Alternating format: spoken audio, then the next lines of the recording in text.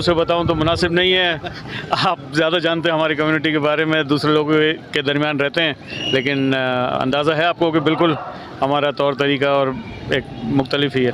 बहुत एक्टा है, बस डिसिप्लिन बहुत अच्छी है सब में। हमारी कम्युनिटी में डिसिप्लिन है और सैयदना सबको सब फॉलो करते हैं बराबर। और हमारी कौम तो अमन पीस शांति के लिए जानी जाती है ऑल ओवर वर्ल्ड। बस एक लीडर है, उसी के फॉलोअर हैं हम लोग, वो जो कहेंगे फिनिश।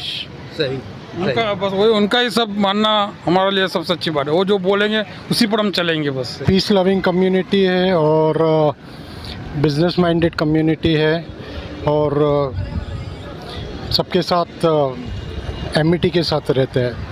बस हमारी कम्युनिटी में ये है कि हम हमारे मौला को मानते हैं और उनका हर कया हम लोग सुनते हैं। जो वो हमको हुक्म करते हैं वो हम काम करते हैं। यही हमारे लिए ज़िंदगी का मतलब यही मकसद ही है, उनकी बात सुनना, उनकी बात पे अमल करना और हमको खुद